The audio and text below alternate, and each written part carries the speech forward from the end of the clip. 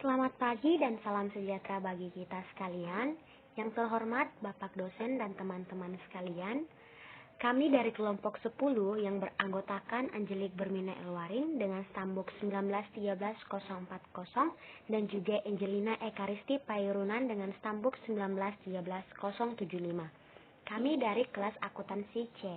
Pada kesempatan kali ini, kami akan membahas hasil diskusi kami tentang siklus produksi.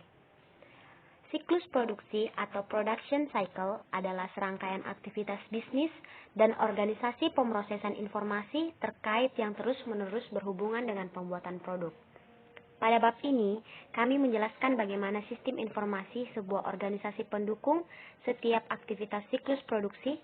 Kita mulai dengan menjelaskan desain sistem informasi dan pengendalian dasar yang diperlukan untuk memastikan bahwa ia menyediakan manajemen dengan informasi yang handal untuk menilai efisiensi dan efektivitas aktivitas siklus produksi. Ada 4 aktivitas dasar dalam siklus produksi. Yang pertama, desain produk. Yang kedua, perencanaan dan penjadwalan. Yang ketiga, operasi produksi. Dan yang keempat, akuntansi biaya. Sistem informasi siklus produksi. Proses dari sistem informasi siklus produksi mengintegrasikan baik data operasional maupun keuangan dari banyak sumber. Departemen mengenai komponen-komponen produk dan file daftar operasi berisi informasi mengenai bagaimana untuk pembuatan setiap produknya. Permintaan bahan baku dikirimkan ke Departemen Penyimpanan Persediaan untuk mengotorisasi pengeluaran bahan baku. Antarmuka Computer Integrated Manufacturing atau CIM mengirimkan instruksi mendetail ke stasiun kerja pabrik. Ancaman secara umum yang terjadi di sistem informasi siklus produksi yaitu data induk yang tidak akurat atau tidak valid. Yang kedua, penampakan yang tidak diotorisasi oleh informasi sensitif. Yang ketiga, kehilangan atau penghancuran data. Selanjutnya kita masuk pada langkah pertama dalam siklus produksi, yaitu desain produk. Desain produk memiliki tujuan. Tujuan dari desain produk adalah untuk menciptakan sebuah produk yang memenuhi kebutuhan pelanggan dari segi kualitas daya tahan, dari fungsionalitas, sementara secara simultan dan meminimalkan biaya produksi.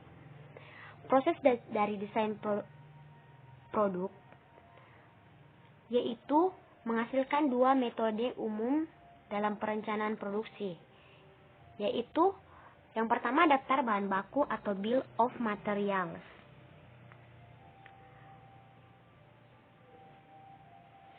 Bill of Materials adalah menyebutkan humor bahan baku, deskripsi dan kuantitas dari setiap komponen yang digunakan dalam bentuk produk jadi. Yang kedua, daftar operasi atau operation list yang menspesifikasikan urutan langkah-langkah untuk mengikuti dalam bentuk produk, peralatan, apa yang digunakan, dan seberapa lama setiap langkah yang diambil. Alat-alat seperti perangkat lunak manajemen siklus produk atau product life cycle management dapat membantu meningkatkan efisiensi dan efektivitas dari proses desain produk. Ancaman yang terjadi dalam desain produk yaitu desain produk yang buruk meningkatkan atau mengakibatkan kelebihan biaya.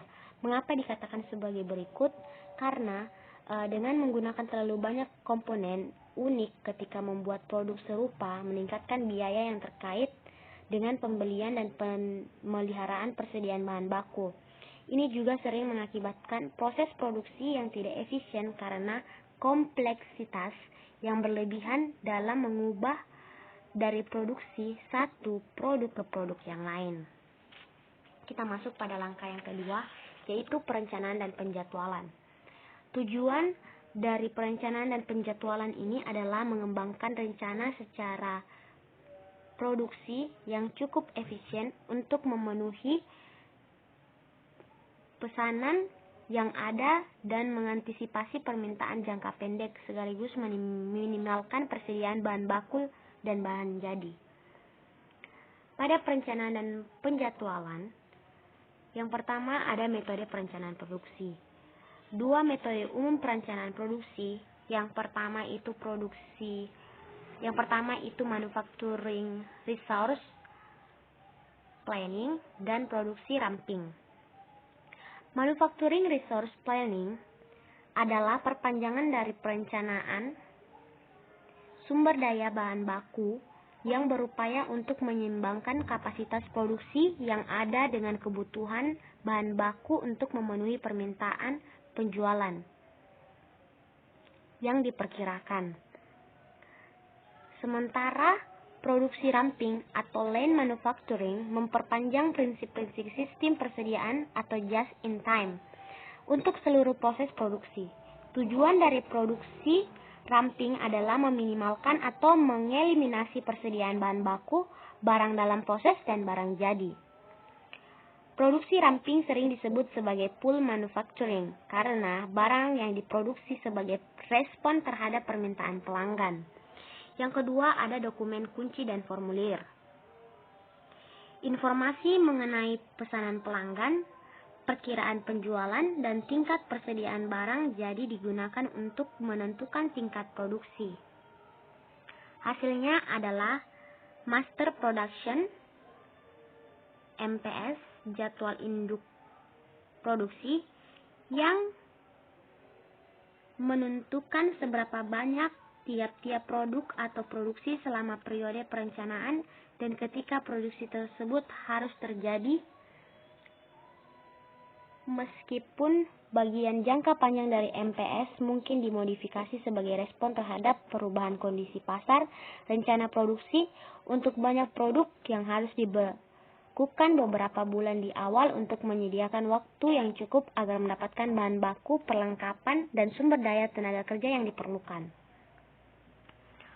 Kerumitan dari penjadwalan meningkatkan secara dramatis sejalan dengan semakin banyaknya jumlah pabrik. Ancaman dari perencanaan dan penjadwalan yaitu kelebihan dan di bawah target.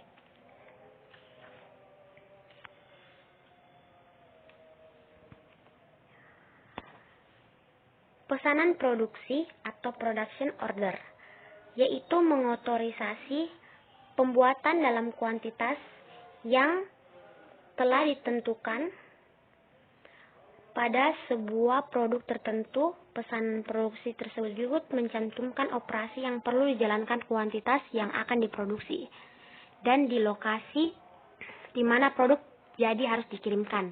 Yang kedua, permintaan bahan baku atau material requisition. Mengotorisasi penghapusan kuantitas yang diperlukan bahan baku dari ruang penyimpanan ke lokasi pabrik di mana bahan baku tersebut akan digunakan. Dokumen ini berisi nomor pesanan produksi, tanggal produksi terjadi berdasarkan daftar bahan baku, dan nomor bagian dari kuantitas dari semua bahan baku yang diperlukan.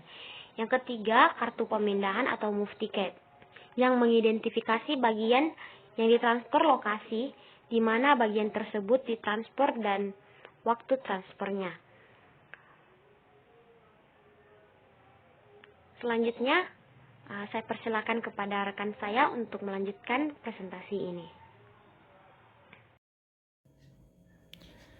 Selanjutnya, saya akan menjelaskan mengenai operasi produksi. Proses menggunakan berbagai bentuk teknologi informasi atau TI dalam proses produksi, seperti robot dan mesin yang dikendalikan oleh komputer, disebut sebagai Computer Integrated Manufacturing atau CIM. CIM dapat secara signifikan mengurangi biaya produksi. Para akuntan tidak perlu menjadi ahli pada setiap aspek CIM, tetapi mereka harus memahami bagaimana ini memengaruhi operasi dan akuntansi biaya. Satu efek operasional dari CIM adalah penggeseran dari produksi massal menjadi manufaktur pesan khusus.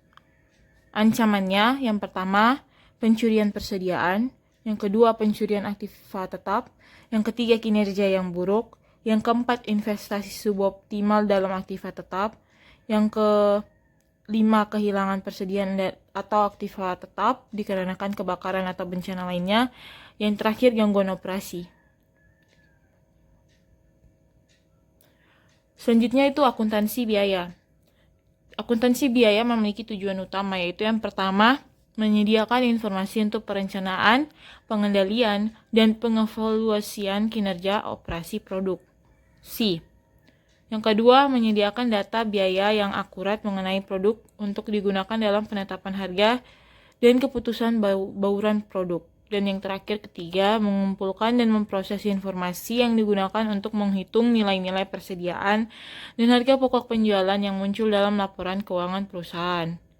Prosesnya, sebagian perusahaan menggunakan perhitungan biaya. Perhitungan biaya job order costing, menentukan biaya ke batch produksi tertentu atau pekerjaan yang digunakan ketika produk atau jasa yang dijual terdiri dari bagian-bagian yang dapat diidentifikasi secara diskret atau berlainan. Perhitungan biaya proses atau proses costing menentukan biaya pada masing-masing proses atau pusat kerja dalam siklus produksi, dan kemudian menghitung biaya rata-rata untuk seluruh unit yang diproduksi. Perhitungan biaya produk proses digunakan ketika barang atau jasa yang hampir sama diproduksi dalam jumlah massal dan unit diskrit tidak dapat dengan segera diidentifikasi. Data penggunaan bahan baku. Yang pertama, biaya tenaga kerja langsung. Yang kedua, penggunaan mesin dan peralatan. Yang ketiga, biaya overhead pabrik. Ancamannya, yang pertama, data biaya yang tidak akurat. Yang kedua, lokasi yang tidak tepat dari biaya overhead. Yang ketiga, laporan yang menyesatkan. Meningkatkan pengendalian dengan sistem perhitungan biaya berbasis aktivitas. Perhitungan biaya berbasis aktivitas atau Activity Based Costing atau ABC dapat memperbaiki dan meningkatkan alokasi biaya baik dalam sistem biaya job order atau proses. Perhitungan ini berupaya untuk menelusuri biaya terhadap aktivitas yang menimbulkannya, seperti penggilingan atau pemolesan, dan seterusnya, hanya mengalokasikan biaya-biaya tersebut ke produk atau departemen. Tujuan yang mendasari perhitungan biaya berbasis aktivitas adalah untuk menghubungkan biaya dengan strategis perusahaan. Sistem perhitungan biaya berbasis aktivitas berbeda dari sistem akuntansi biaya konvensional dalam 3 cara yang penting. Yang pertama, berusaha secara langsung menelusuri proporsi besar dari biaya overhead ke pabrik. Yang kedua, menggunakan sejumlah besar biaya pool untuk mengakumulasi biaya tidak langsung atau overhead pabrik. Yang ketiga, berupaya untuk merasionalkan alokasi overhead ke produk dengan mengidentifikasi pemicu biaya. Sekian dari presentasi dari kelompok kami. Jika ada kekurangan, mohon dimaafkan. Terima kasih.